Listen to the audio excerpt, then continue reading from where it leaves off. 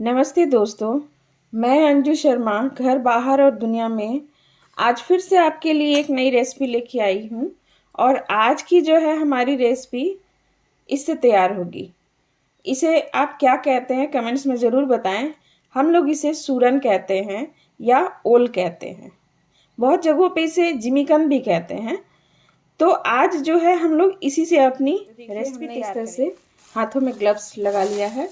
Gloves इसलिए ज़रूरी है क्योंकि जब इसे हम लोग काटेंगे ना तो इसका स्वभाव ही है ये बहुत ज़्यादा खुजली करती है। तो इसको सबसे पहले हम काट करके और छोटे टुकड़े करने के बाद और इसकी अच्छी तरह से हमें सफाई से काटना है। इसका ऊपर का जो छिलका है वो हमें बहुत अच्छी तरह से हटाना है। देखिए ये चूँकि जड़ वाला हिस्सा है, इसको बहुत अच्छे से हम साफ करेंगे। देखिए इस तरह से ग्लव्स लगाने से एक फ़ायदा ये है कि इसका चाहे रस जैसे भी लगे कोई दिक्कत नहीं है, नहीं तो इसको काटना मुश्किल हो जाएगा। तो दोस्तों इस तरह से हमने सूरन को छोटे छोटे टुकड़े में देखिए काट लिया है। अब इसे हमें अच्छी तरह से धोना है, तो हम इसको अच्छी तरह से पानी में डाल के धो लेते हैं। देखिए और इसको अच्छी तरह से मसल के, ताकि जितना ज़्यादा से ज़्यादा जो इसका स्टार्च है वो निकल जाए। इसमें जो देखिए आप धोने के बाद इसमें स्पष्ट पता चलेगा, इसका कलर बिल्कुल चेंज हो जाएगा। तो इस तरह से इसको साफ करना बहुत ज़रूरी है। देखिए पानी में डालते आप देखिए इसका कलर कैसे चेंज हो गया, पानी का कलर बिल्कुल चेंज हो गया। ये जितना भी इसका अंदर का जो भी स्टार्च है ना, इस तरह से आप साफ करके मसल के इस तरह से धो लेंगे। तो दोस्तों इसको हमने अच्छी तरह से देखिए अच्छी तरह से 4-5 पानी धो लिया है और ये बिल्कुल अच्छी तरह से अब ये सूरन साफ हो चुका है। तो इसको हम एक कपड़े पे फैला करके और धूप दिखा लेते हैं। तो इस तरह से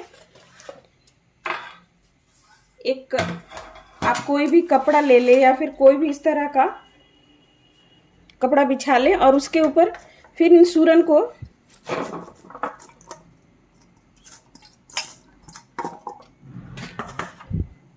अच्छी तरह से फैला दें। इसका पानी बिल्कुल अच्छी तरह से सूख जाना चाहिए क्योंकि अचार में पानी बिल्कुल नहीं चाहिए।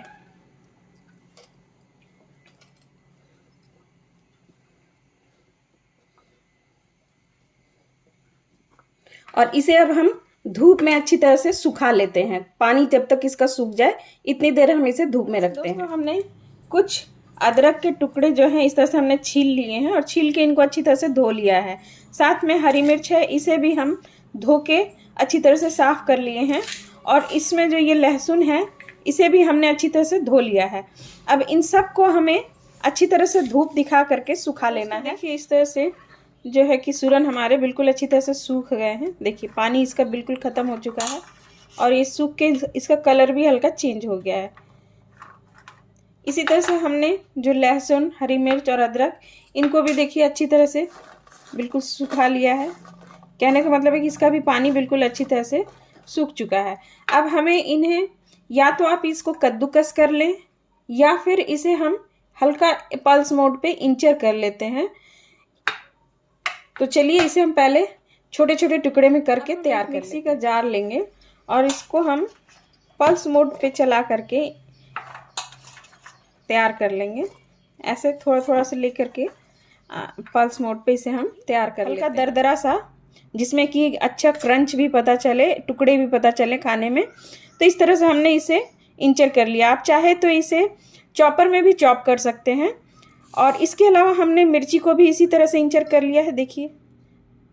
और साथ में अदरक और जो लहसुन थी उसको भी हमने इस तरह से इंचर कर लिया है।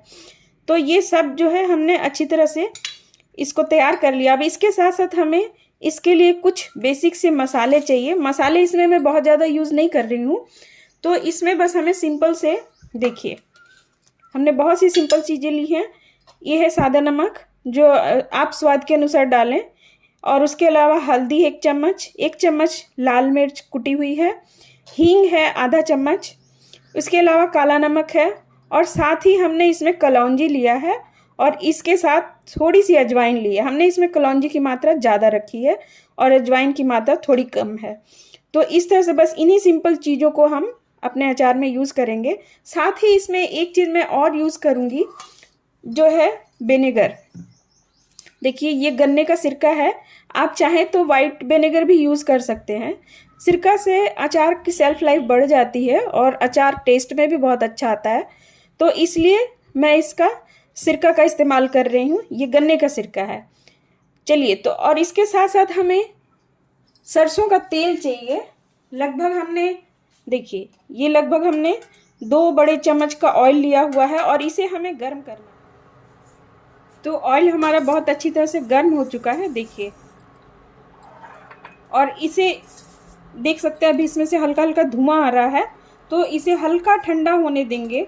और इसके बाद इसमें जो हमने ये हल्दी और ये जो मसाले लिए हैं वो धीरे धीरे डाल देंगे, ताकि ये ऑयल की गर्माहट में ही इसका कच्चापन चला जाए।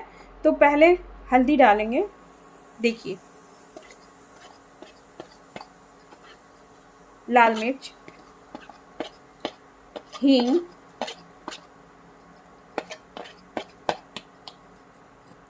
और साथ ही ये कलौंजी और अजवाइन भी, इसको भी डाल देंगे, ताकि गरम तेल में ही इसका कच्चापन जो है वो निकल जाए।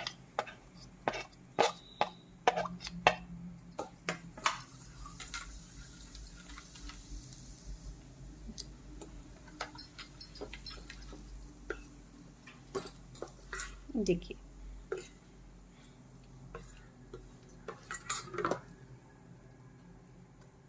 अब इसमें जो नमक हमने रखा था वो नमक हम इसमें वैसे ही डाल देंगे।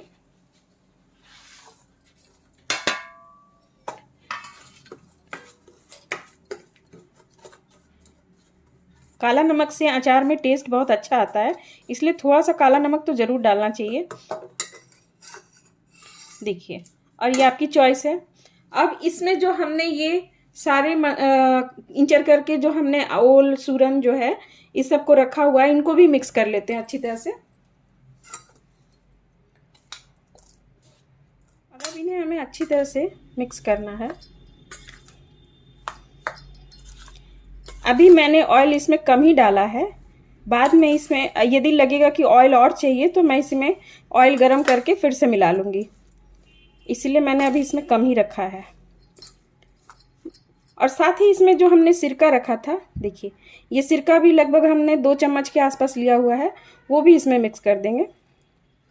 इसमें ऑयल हल्का कम लग रहा है, तो इसे मैं बाद में मिक्स करूँगी। तब तक इसे मिक्स करके इसी तरह से धूप में छोड़ देते हैं। लगभग 15 से 20 मिनट के लिए इसे हम धूप में इसी तरह से छोड़ दे रहे हैं। फिर ऑयल गरम करके और इसे फिर हम बर्नी में भरेंगे। तो पहले इसे हल्का धूप दिखा लेते हैं। देखिए दोस्तों, इसे धूप में रखे हुए लगभग आधा घंटा हो चुके हैं और देखिए इसका कलर कितना बढ़िया आया है, आप देख सकते हैं। देखिए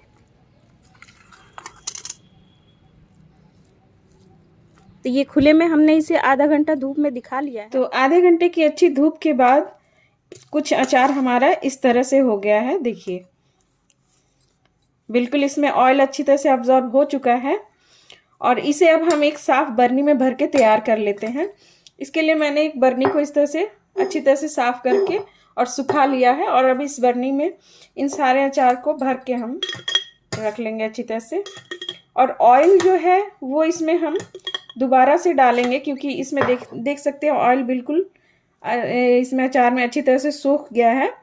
तो अब इसके बाद जो ऑयल हम डालेंगे उसको गर्म करके और हल्का ठंडा कर लेंगे, उसके बाद उसको यूज़ करेंगे। इस तरह से ऑयल को हमने अच्छी तरह से गर्म कर लिया और गर्म करने के बाद ये ऑयल हमारा ठंडा हो गया इस तरह से। और अब जो है देखिए, ये देख सकते हैं आप, इसमें ऑयल बिल्कुल नज़र नहीं आ रही है। तो इसमें हम ये जो ऑयल है डाल देते हैं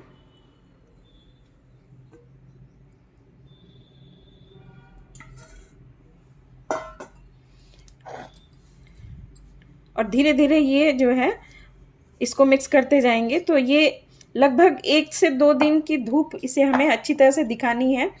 और लगभग इस तरह से देखिए अचार हमारा तैयार है। बस इसे 1-2 दिन का धूप दिखा दे, जिससे सारी चीज़ें अच्छी तरह से मिक्स हो जाएं और थोड़ा अचार गल भी जाए। ये रेसिपी जो है बनके तैयार होती है। आपको मेरी ये वीडियो कैसी लगी प्लीज़ इसे कमेंट्स में ज़रूर बताएं और वीडियो थोड़ी सी भी अच्छी लगी हो तो प्लीज़ इसे लाइक और सब्सक्राइब करें। वीडियो देखने के लिए आपका बहुत बहुत धन्यवाद।